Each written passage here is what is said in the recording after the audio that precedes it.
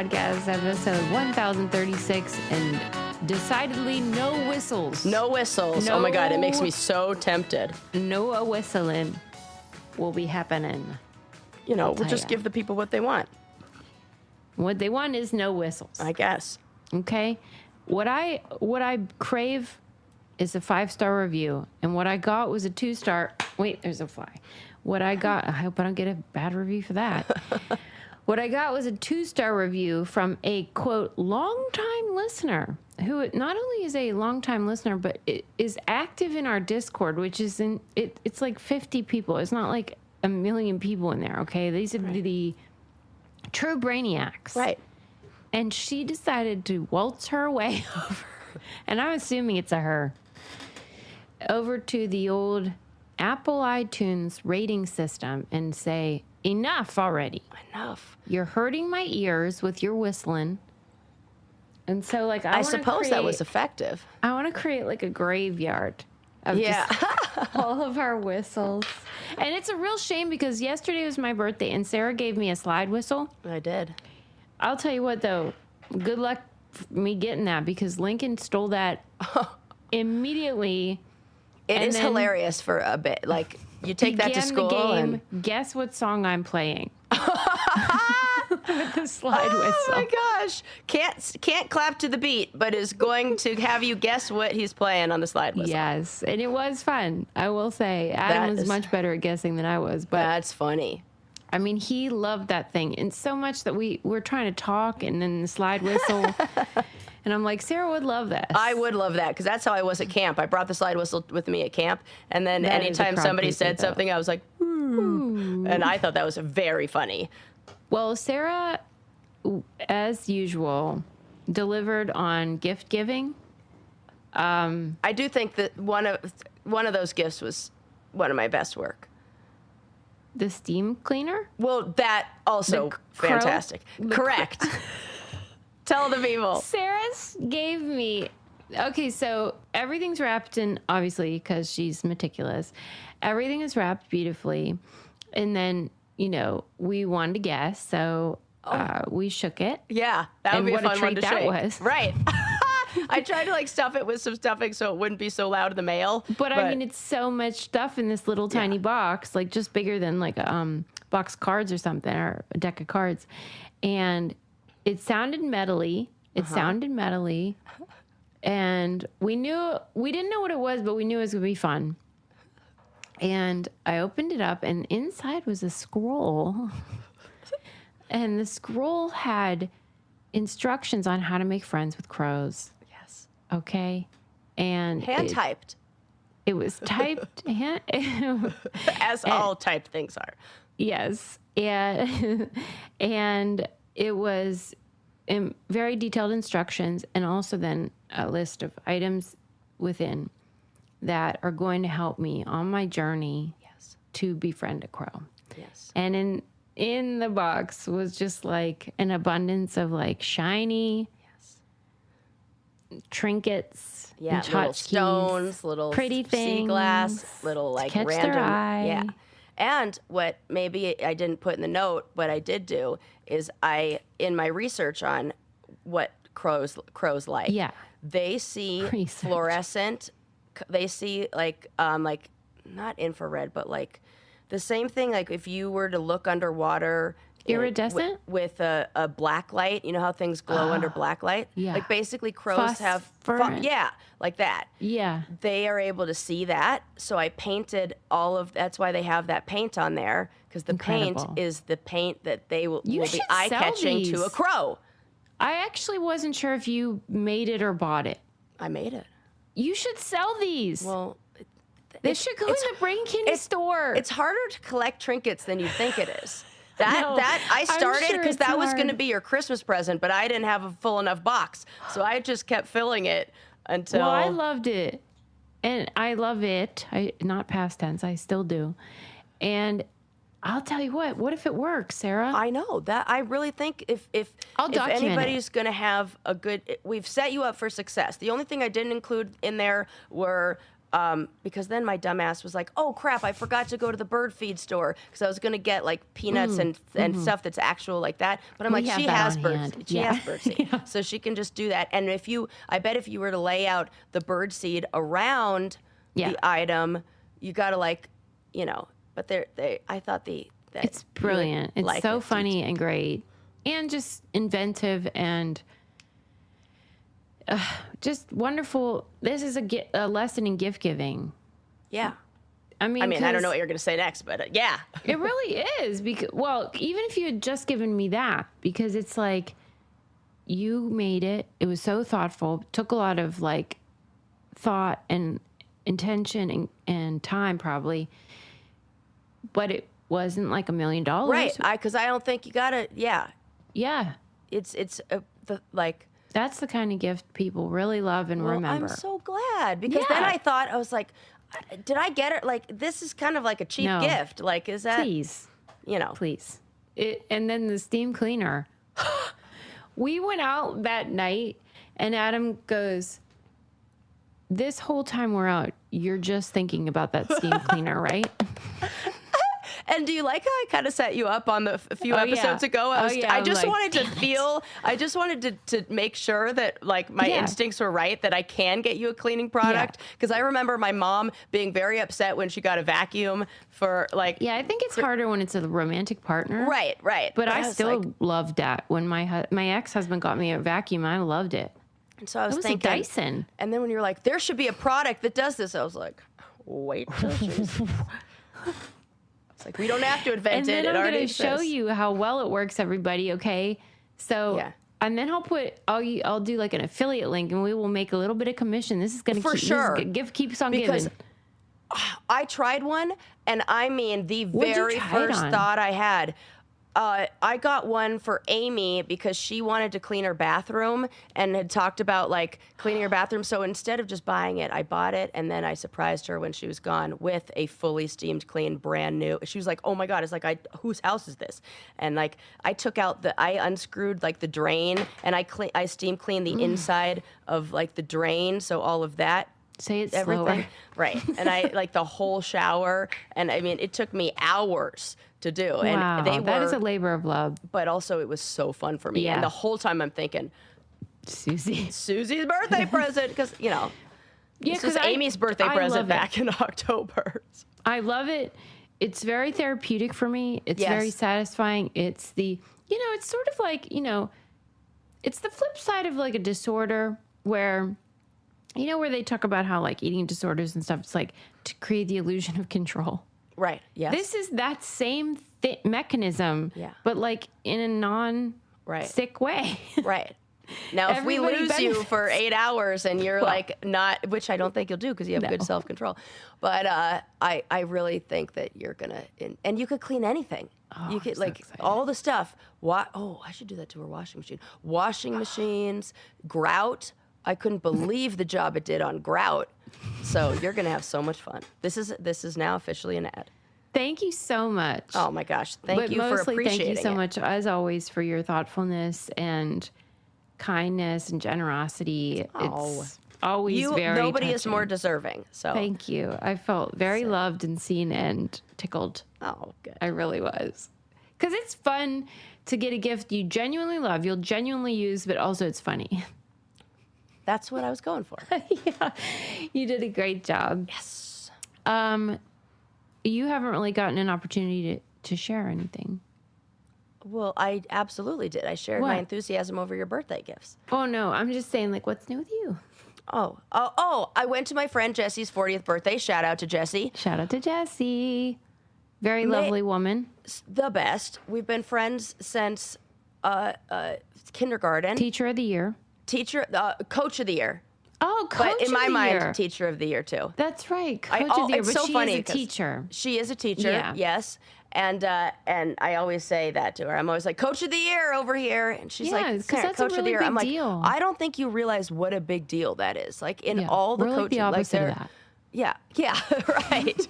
So she is amazing and wonderful and deserves all the like love and everything and that everyone has to give, and she does. You can tell a lot about a person by the kind of people that show up for a party like that, and people flew in from different states, and like my girlfriend was like, I've counted people from 5 different states here, like that she's so loved, and she is, because she's so amazing and wonderful.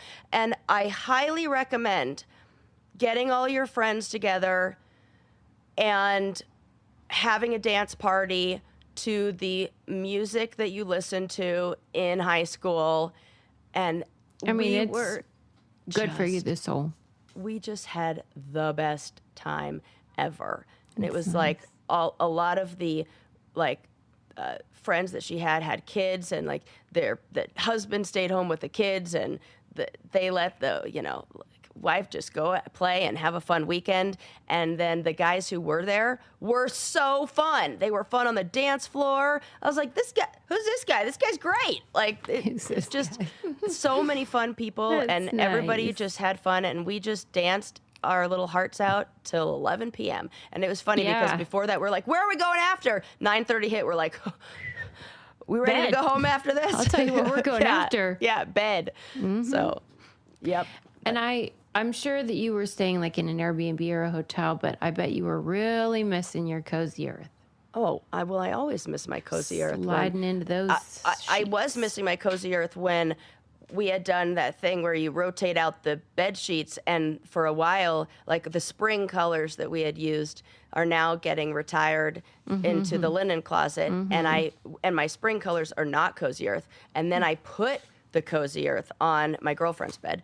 Yeah. Oh my God, do they feel good? It really is a noticeable difference. It's a noticeable difference. I was like, well, dang, why are we sleeping on these things? Because everybody has like the backup sheets. Yeah. Oh, the other ones are in the wash or whatever. Yeah. And then you put your proper sheets on and you're like, this is nice. A whole different story. And I mean, I don't know what they're doing to them, but they really are like temperature control, super soft. And no matter how many times you wash them, they keep getting softer. It's unprecedented. I really am looking at things like, what is the material they're made out of? Because so many things that other brands are taking shortcuts, or they're filling it with stuff. Oh, and you're like, these are just petroleum sheets. Right. And these ones, the Cozy Earth, are such luxury, amazing bedding that come with a 10-year warranty. So, if that isn't the best thing ever. 10-year warranty, 100-day sleep trial, and they don't just have sheets and bedding. They have pajamas, loungewear. They have tons of stuff that, freaking socks, beach towels. It's awesome. Ooh, I bet their beach towels are good. I haven't seen or tried, but I think it's time. Oh, yeah. I'm going to have to do a, what do they call that? Swan dive right into this. Yeah. And who does not love an amazing beach towel, oversized, ultra plush, and completely built for your best summer days? Head to cozyearth.com and use our code BRAINCANDY for an exclusive 20% off. That's code BRAINCANDY for an exclusive 20% off. And if you see a post-purchase survey, mention that you heard about Cozy Earth right here on Brain Candy. All right, Louise, let's get into it, shall we? Let's do it. Okay, I thought that you would be into this story. This is the science of left-handedness. Well, of course I'm into this. I was just riveted. Tell me everything. I had been thinking recently about how, how people used to think you guys were like devils, right? Like it was seen as this suspicious, what they're scary, and what are they up to? Because it's weird. I think it's maybe started with the hand that you used to shake and the hand that you used to wipe back in the days of, and in parts of the world still. Yeah. So it's like, if you use that, then you're dirty and you're gross and you're a weirdo. And the naming of it, like the words right and left, the meanings of those words imply good and evil. Yeah. That's truly, if you look into the etymology of it, it's like, we weren't very nice to you guys. Oh, well. And for real, if you don't think of it as sort of what's the word?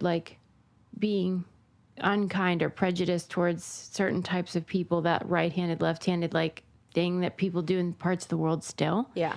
Like it really is something that people see as protecting you from, you know, if your right hand is done with social stuff and your left hand is for hygiene. Right. You're protecting each other yes. communally from all sorts of poison and disease. So it's not the worst idea, but it does come across as kind of gross. Right. Okay. So the author of this article for Quantum Magazine is left-handed and was sort of compiling everything we know scientifically about being left-handed. And Sarah, I want to know it all. Yeah, because like it is like bizarro. There is no other animal that That's a really good point. A dominant hand. They do have dominant paws really? and feet, but there is no other animal where it's like not 50-50. We are 90% right-handed. Oh, I and see. Where it's not like left. that animal is like 50%. It's supposed to be random. Yeah. Like Wow. 50-50. I didn't know that. Me neither. That we are the only animal where there is this. So there's got to be something there. Right. Because what's up with that? Truth be told, they really can't figure it out entirely. Like they have ideas and theories, but they all seem like kind of ridiculous. Here's what we do know. So it is not purely genetic. So let's say two left-handed people produce a child. Okay, so you got your 10% and your 10%. Yeah. And then it seems like if it's genetic, that you're going to make a left-handed baby because you're both left-handed. Or at least a lot more than the 10%. My mom's left-handed, I'm left-handed, and we're pretty sure my grandma is left-handed, but she talked about how that was like corrected out of her. You guys are like all witches. Well, yeah, basically. But if you're both left-handed, you still only have like a 20 to 30% chance. So it has a genetic component, but it is not the degree to which a normal two recessive, if two redheads get together, there's a pretty good chance they're going to have a redheaded baby. Yeah. So like they know that there is a developmental randomness to it. However, in utero, we're talking at 10 weeks post-conception. We're talking kidney bean-sized baby. Right. They have handedness, and their limbs aren't even attached to their brain yet. So it is not coming from the brain. It is coming from the hand up to the brain. That kind of gives me the chills. Like that. It's weird. That's crazy because then like what does that mean? What does that mean? The hand controls the brain, not the other way around? Yes. I mean, after a while it does, but in that very beginning, like. It's really weird to me that it begins that early. Yeah, because like not a lot of other stuff does. Like nothing does. Nothing. They do find, and I mean, I'm just going to maybe connect the dots to some other hypotheses I had. There are 40 gene variants that are far more likely to be left-handed, and they include, let me look. They include neurological disorders, including schizophrenia, dyslexia, and autism. Okay, I had a schizophrenic aunt. So. And you are autistic. Yeah, so according to Susie. According to Susie. And that tracks for me that, like, you know how, like, left-handed people are overrepresented as presidents and artists, like fucking Nobel laureates and whatever the hell, they like crush it. Yeah, in terms of percentages. But it seems they also have these other neurological quirks. And who knows, like, what's causing what or how it's correlated or whatever.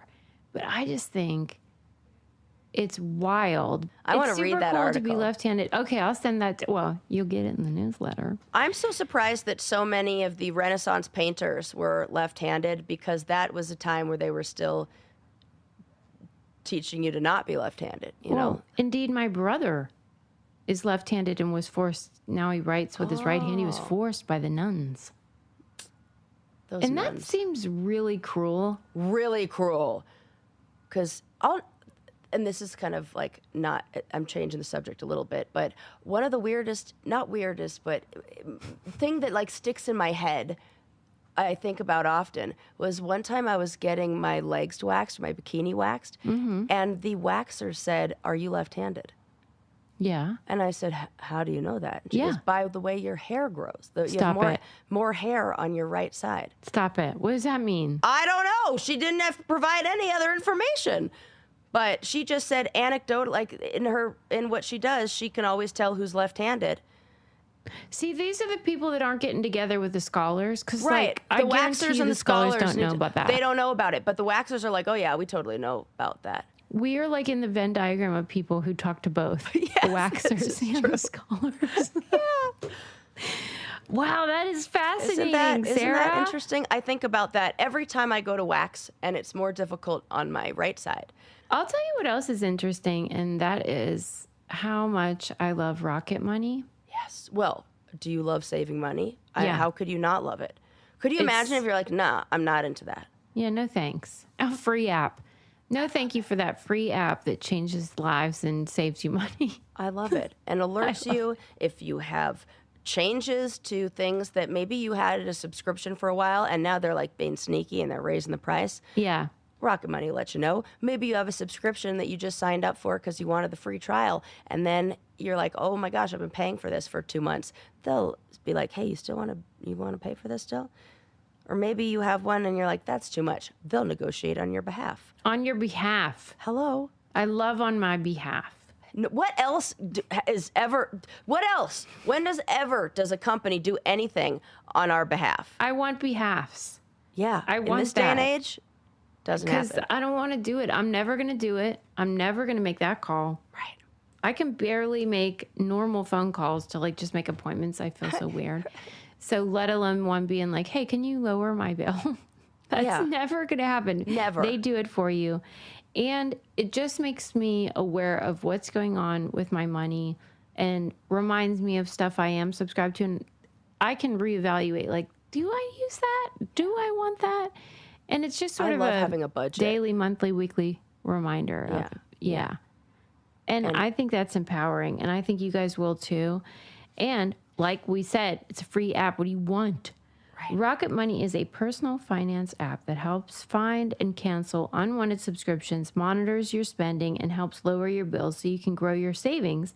Let Rocket Money help you reach your financial goals faster. Join at rocketmoney.com/braincandy.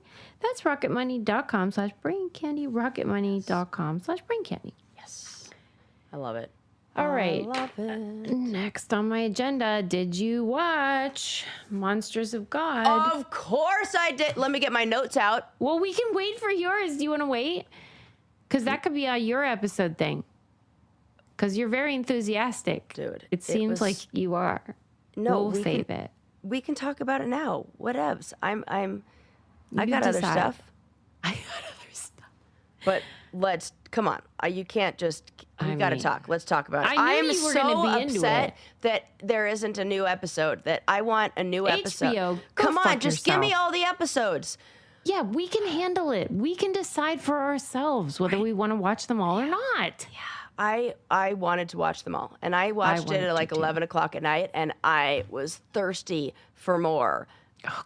Okay, let's talk. If you did not see it or don't know what it is a docuseries on HBO Max about reptile and snake collectors. You know, these people, the exotic animal people, and it's directed and produced by the same fella who did Chimp Lady and Tiger King. I didn't know that he did the Chimp Lady one. Oh, yeah. That makes sense. It is, first of all, his style is so fun. Yeah. And he picks really interesting subjects, and it's like fast-paced and good editing. It's just, the production value is fantastic on his documentaries, and I loved it. Yeah, I wondered though, I knew you would love it like theoretically, but I wondered if you could do it because you do have a snake phobia. What I don't like are things that come out of nowhere. Like, I don't like things that scurry, and I don't like the surprise of a snake. And I don't either. But I don't like I'm them. fine with. I really. And there was one quote in there where they said the reptile exhibit or whatever they call it at the zoo is the most visited, and I was like, by fucking who? Not this the gal. Reptile House. Yes, they said that. Adam I wrote said that that's down. because they make it so you have to walk through that. Okay, Adam's like me. I'm like, there's no fucking way. Are you kidding me? You mean to tell me they want that over the chimpanzees? I beg to differ. I think these people are delusional about the popularity of it. 100% they are. It makes them feel like they're not weird. Yeah, and there was a lot of that. I mean, there's a lot of weirdness. And like, you all know, okay, if you're at home and you haven't seen it, you all know these guys. Yeah. They are the quirky, white, straight males who aren't athletic. They are not the cool kids. They're a little bit... they may have a black belt in karate or own ninja stars or samurai swords.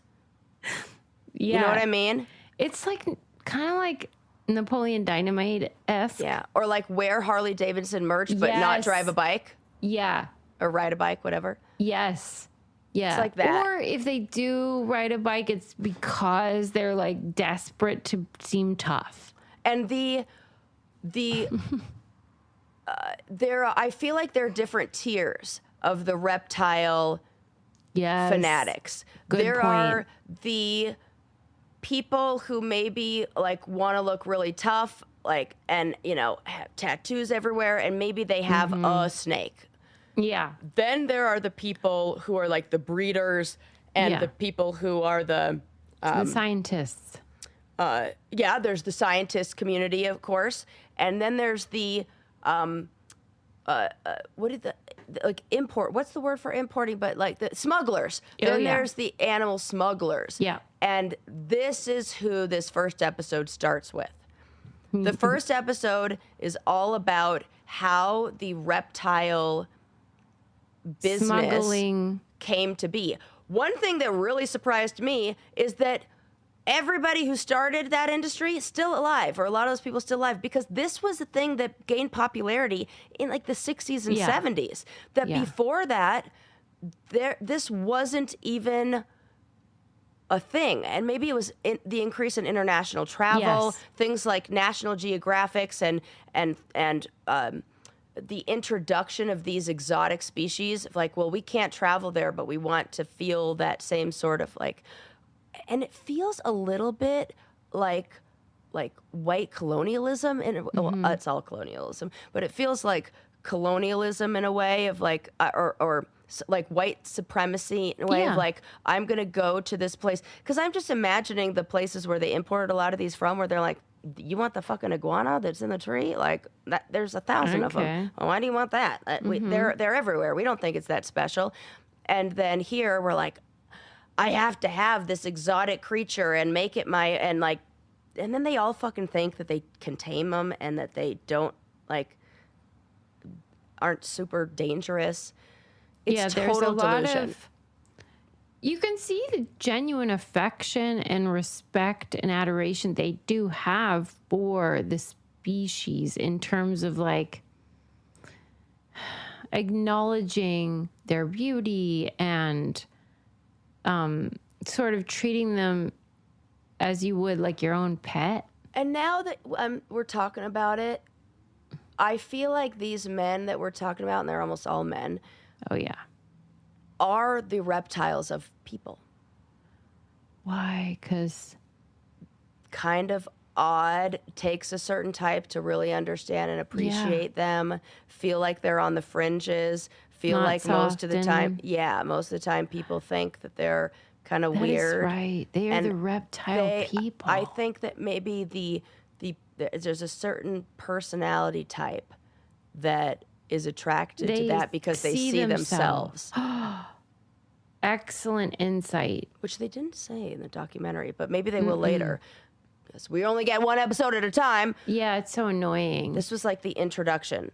And it's fantastic, and it's really, I mean, it's beautiful cinematography. Yes. It's fun to see all the animals up that close one and stuff. snake that was orange that looked like, I'm like, that, I won't, They're beautiful. I can't lie. That's a beautiful snake. I don't want it in my house. I don't want to wrap it around my neck. But man, it's beauty gorgeous. Of the natural world. Yes. Yeah. But also you see the darkness of the human world and capitalism and just this weird quest, and like they're in it for the money, most of them. Yes. Some of them they're collecting them for themselves, but most of them, or they're in it for the adventure. There were those guys who were the adrenaline. Who were going in and like smuggling. They just collected them that they would for the say, travel. "Hey, do you want a trip to Papua New Guinea?" And they'd be like, "Yeah, sure." And P.S. carry these 50 tortoises in your pants. And in your pants. Yeah. Right. And I think I look forward to the rest of the series because I think he did a really good job of describing the history of it. Yes. And frankly, I know what you're going to say. The zoos? Oh yeah.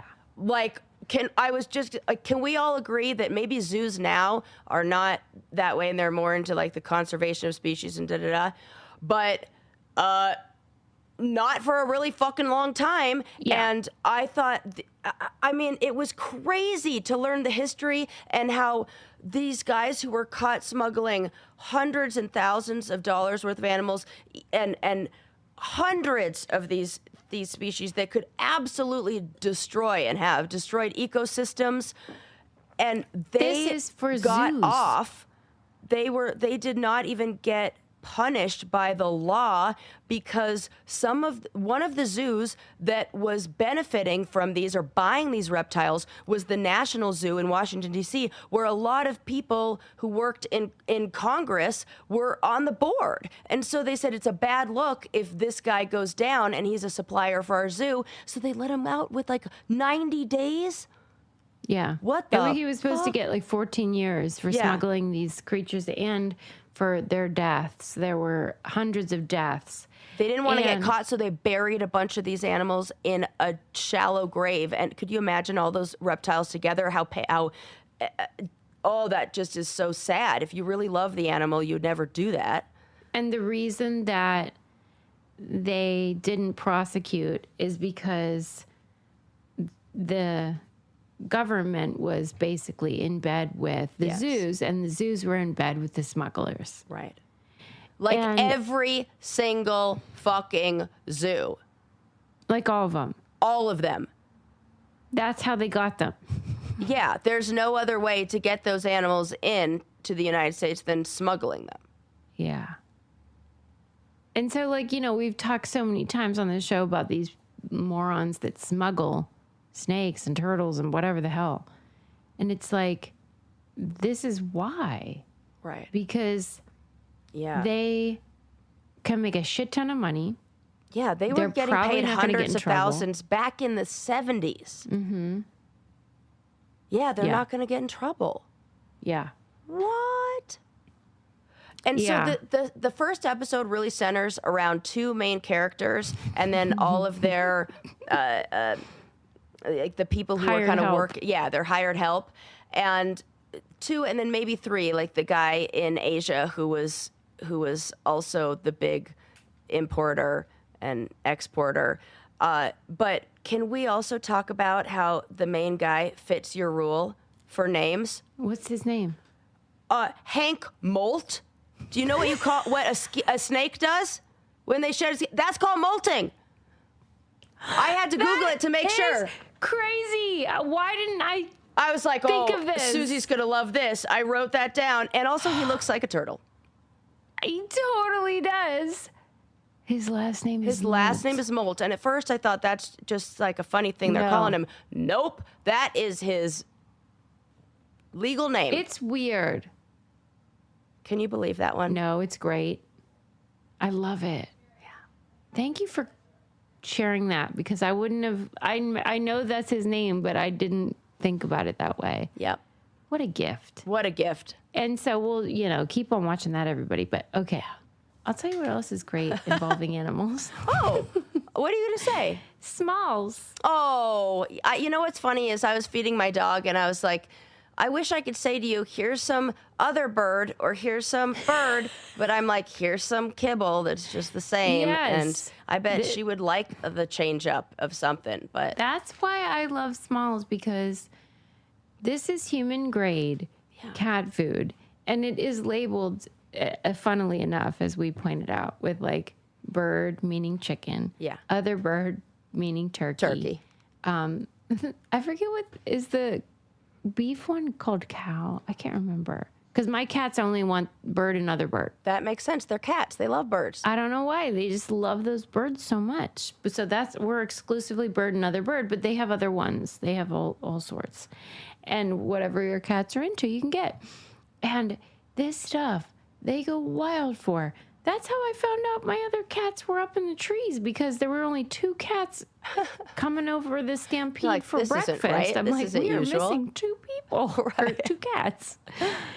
And because there is a 4-cat stampede every morning for I've breakfast. seen it. Yep. One of them that just sits out there waiting for you to wake up. And staring at lasers into your head. Yes. It's like, come on, where is it? I need it now. They need to get their fix. They love it. And I never, ever smell No, this it doesn't gross stink smell. like normal. You could have the good wet food that they love, and that's got to be really good for them. I mean, I can only imagine is, that and makes healthier coats, all the good stuff. Yeah, only after we started using Smalls did we see that our biggest cat, the one that stares at you because she's so hungry. Yeah. She is a little bit on the chunky side.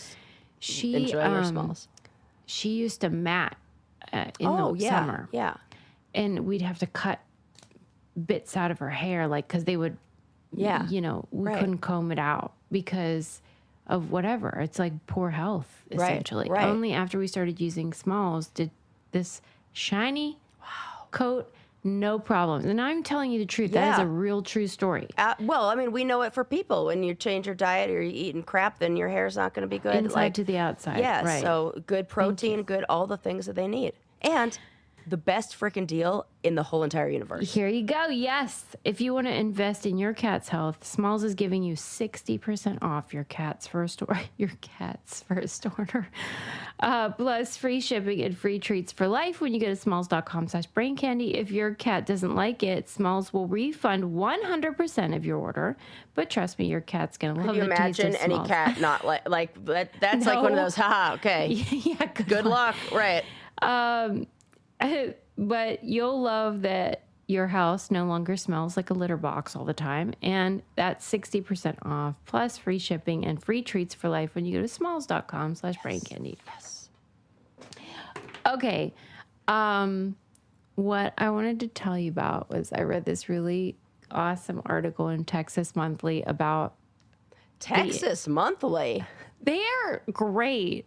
Believe it or not, there are certain regional periodicals that I'm like, this, you would never think, like, Texas. Wouldn't think that. There's also like Runners. I forget if it's Runners World or something, or Outside. Oh yeah, Outside. That I love that one. This is like that, where it's like, okay, I mean, they not get that that's good writers. regional. Yeah. Right. But they're But really it kind of good. is. It started in Colorado, I think. Okay. Yeah. So yeah, it is, whether it's regional or just like niche. Yeah, niche. There are some of these places where I'm like, this is great. And Texas Monthly comes up a lot. But they had a great piece on the history of the industry of ice. I am not kidding when I say I want to know everything about this, because just the other day when I was walking by the ice and I was like, $4.99 for a bag of frozen water? Like, Yeah. Am I in the wrong business? He might be, because They are this company called Ready. They're the Yes, main yes, one. yes. There's like a little bit Polar Ice, I think but it's Ready with like 2 Y's or something like that. There's it's REDDY. I know there's 2 letters of one. Yeah. I can see the package. And Yeah, Ready Ice was the subject of the article, but it was chronicling just the history of ice. And you and I have talked about this. We've done this show for so long that like what ends up happening is we'll read an article about something and it'll touch upon like the importance of like refrigeration. You know, but it's not an article that you want to cover, but it's just interesting. Okay, moving on. Yeah. And then you'll read another thing, and it's about like cooking and how I read an article about the history of menus and how like restaurants changed when we could have frozen desserts and I'm just like, okay, that's cool, but it's still not ready for the show. Right. But then I get to this one, and it's again like about the importance of ice and refrigeration and how important it is to like the infrastructure of the United States. And then you're like, okay, well, we got to talk about ice. It absolutely is, because when my mom first moved to Costa Rica, and this is where like my interest peaks, she couldn't get good wine because they didn't have refrigerated trucks that were able to travel to these more remote places. Yeah. So it was just like, and they wouldn't bother sending nice wine if you can't refrigerate it. So it's all like the worst, crappiest shit. And now that Costa Rica got refrigerated trucks, which is kind of ice adjacent. It is. And now great. Their food quality it used to be the same. Just in the last 15 years, I've seen a change. Because of ice. Really. Yes.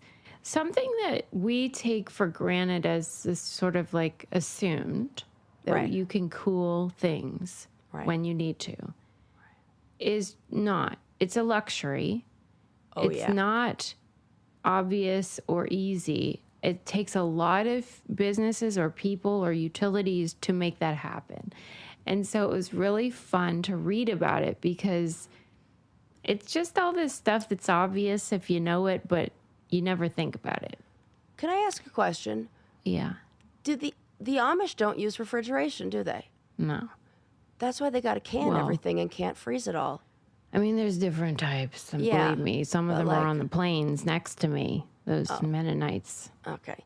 Well, I was and like a lot watching of them are using AI. It's weird. Okay. Like their rules about stuff are not what you would think. They're like no zippers, but AI is fine. What? I was watching this woman who like had left the Amish community, and she was like, now I can freeze my peaches, and before I used to have to can them she didn't go into why, but I kind of like put 2 and 2 together. Yeah. But I was like, oh, I never thought about that they don't have refrigeration. Yeah, some of them do, some of them don't, but like that element, it changes everything. Yeah.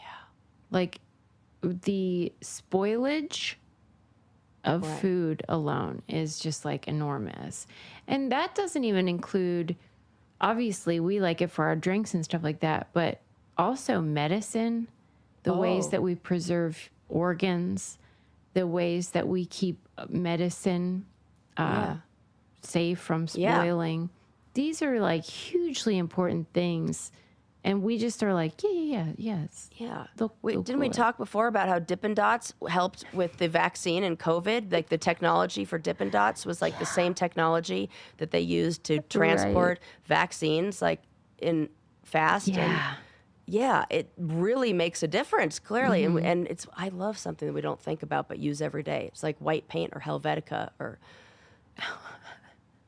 Yeah, and it's a real reminder of like, just next time you see some ice, like be like, fucking thanks for that. Okay, so do you have more to tell me about ice? I do. I have a lot to tell you. Okay, so some fun things that I learned that are fun are that, first of all, Ready has basically like a monopoly because, you know, the author asked the Ready people, like, why doesn't Amazon come and just like innovate the ice industry? And they're like, good luck. Because the truth is, no matter what, unless there's a new way to do it, it's still just freezing water, and transporting it and keeping it frozen. Which is very heavy And very hard to do. It involves a lot of local distribution. It involves a lot of like on-site, like when you get ice at your grocery store, there's a box you have to get it from. Right. It's like a special box. Yeah. And at a restaurant, like we would often have those, they're called like fucking ice. Yeah, the ice No, there's like a word that's crazy, like ice storm or something crazy. Oh, okay. But it's like they still have the patent and they create these like things that produce ice on site. And it just seems like it would be so easy. It's just frozen water. Right. But you have to make them in a certain size and you have to make sure there's no bacteria. And because there's all kinds of gunk that can go on. And anyway, it's more than you think it is. And so nobody wants to bother. It would take a lot of money to invest. So for now, ready is the game. They have the lock on it. Anyway, Trump's crackdown on immigration has very severely affected the ice industry. What? Because guess who really likes having cookouts and stuff? Oh. The Latino community. Yes. They fucking love meeting up and having a great time in the park. Well, they're not doing that. Oh my gosh. And so if you're not having cookouts, the ice industry is like, what are we going to do? And they're like really upset because the founder of the company didn't want to like say it outright, but he was just sort of like, I learned a lot this year about how certain communities are more social than others. You know what?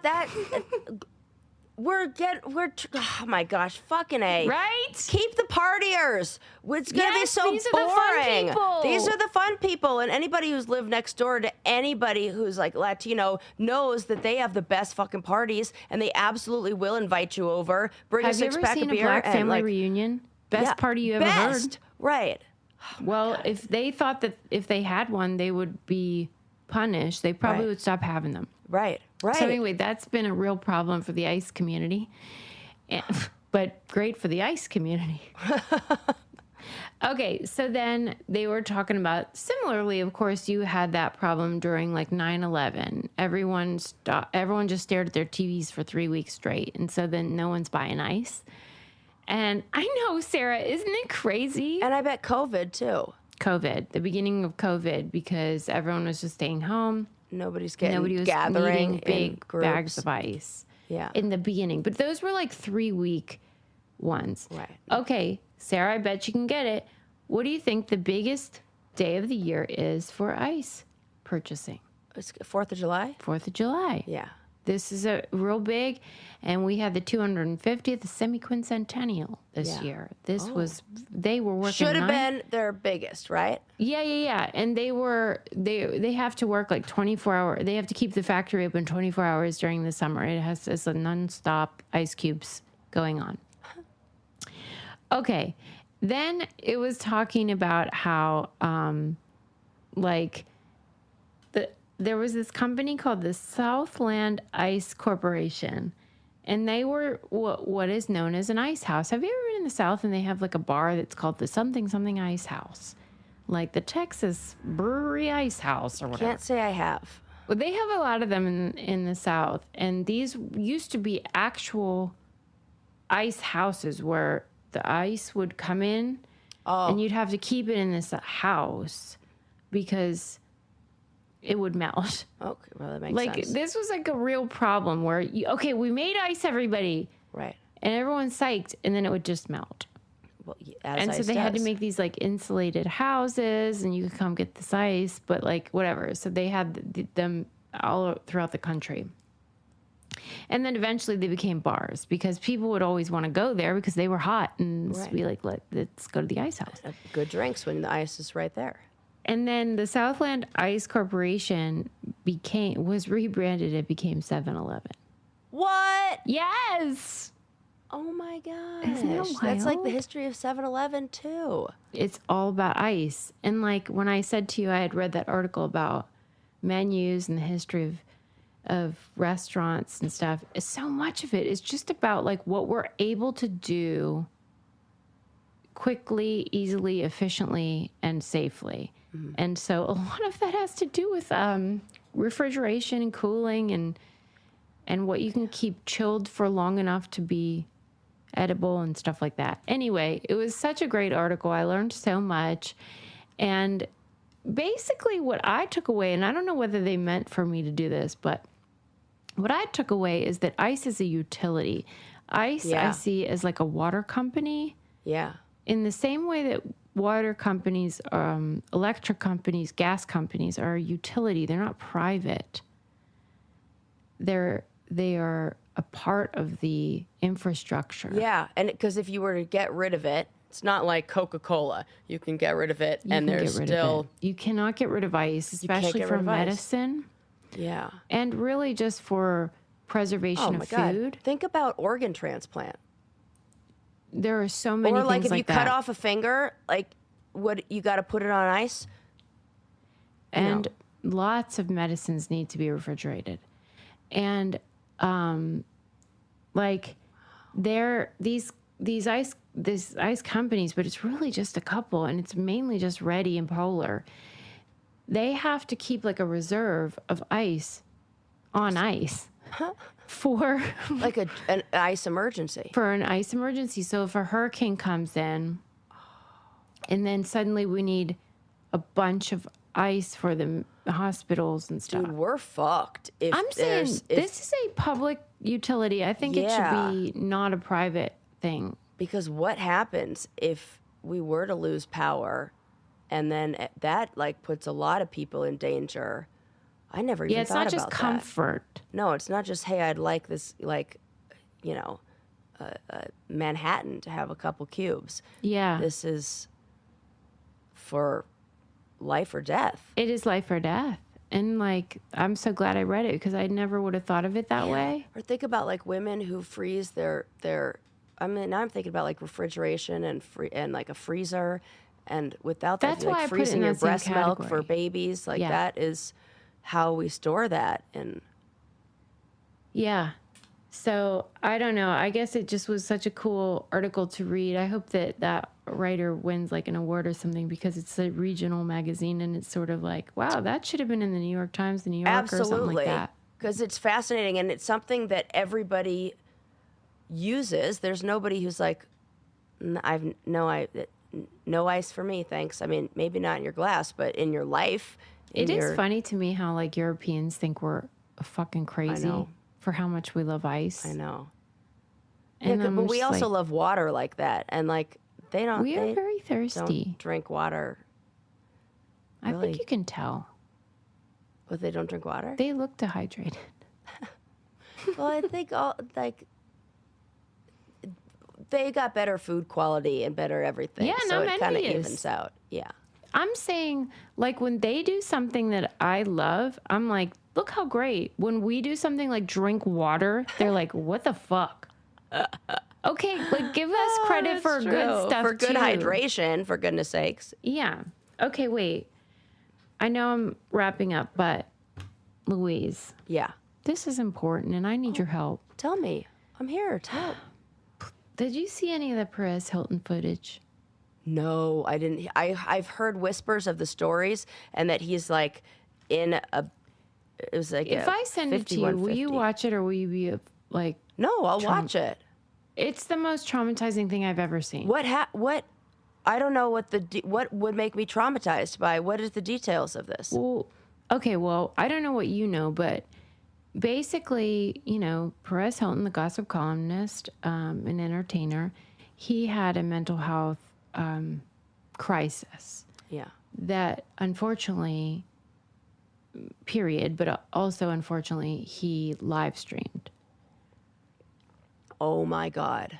And then there was issues with moderating it. There was some sort of problem. I feel like it was like self-harm on... that is an understatement. Oh no. That is so sad. Sarah, honest to God, I thought I honestly start to think like I'm fine. I've seen it all. That one really. is a hard one to, 'cause Sarah. oh, that's so sad. You have to be in such a, Okay, so you don't want to see it. I mean, It's horrifying. It's horrifying. I want to read about it, but I don't know if because like, I don't know if you could unsee certain things. You know what the problem is? And I don't think people should watch it. It's just that you find that words fail you, because that is how I feel, where I'm like, yeah, I read about it and then I saw it. Oh no. Doesn't he have children? This is 3 children. Oh my God. This It is a the most person who's horrifying very thing unwell. I've ever seen in my entire life. Very, very unwell. It's wild, and it's like, I know that a lot of the chatter online is about like karma. I hate that. And I don't want to hear about that. It's disgusting That's awful. Because what you're doing is saying that like mental health stuff is a punishment. And you would never say that if the person got, pancreatic cancer. No. But this is an illness of the mind. And we need to treat it in the same way. Mm-hmm. Yeah. With all the compassion and care and understanding, and as everything that he is deserving of, regardless of what his choices were in the past. Like, no human should have to suffer and go through those painful feelings, and it's just really sad. Yeah. Man. But anyway, thanks for listening. Oof. I know I ended on a bad note, but I feel like a lot of it was upbeat up until that very end. Remember the monsters? Remember the snakes? The snakes and the remember? ice? Yeah. Did that mean what was that nothing to show? you? Monsters of God. Monsters of God. Yeah. All right, friends. Thank you for listening. Check out our candy club, because tomorrow, on August 18th, I'm having a bonus meeting to talk about. What am I talking about? Oh, it's one that as soon as I heard you were talking about it, I was like, wait a Idaho sec, murders. I want to talk about that. Yeah, the Idaho murders. Well, the documentary I watched was on Netflix, but Gret says that the Amazon Prime and the Peacock ones are better. Yeah, I watched the Netflix ones, and it was a little like, it lacked some context, and like I felt like I still didn't understand what was going on by the end of it. Yeah, she says there are 2 better ones, but that whole Idaho murder, Brian Kohlberger, whatever it is, insanity. I just was like, I got to talk to the Brainiacs about this. So we're having a bonus meeting, and it's free. And if you want to come, I'll post the... Yeah, because I feel like if people want to join Candy Club and they don't know what we're all about, get a little like taste of candy. This is like your little fun-sized candy bar. It's a fun size. It's a fun-sized candy bar. You can come and join us. You don't have to turn your camera on. You don't have to chat. You can just watch if you want. Yeah. But I just want to like get into that. Let's get into it. Scene. Anyway. Yeah. And go to thebrainkittypodcast.com if you forget any of our partner codes, because anytime you use those, they help us, and that keeps the lights on over here, and we love you. And leave us a 5-star review. We got to make up for the 2-star review about the whistles. So that how grades work. You get like 4 A's and then you get 1 D, and all of a sudden you got a freaking B average. Yeah. So thanks we for are going to nothing. need some more like 5 stars to just balance it out. If you haven't given us one, what are you waiting for? Yeah, please do so. It means so much to us, and obviously we read them because that's how we found out about the old whistle problem. And then another one that said, you guys just talk about how you hate men. Well, we didn't this entire episode, so there you go. Right. Thank you. All right, friends. We'll see you next time. Bye. Bye.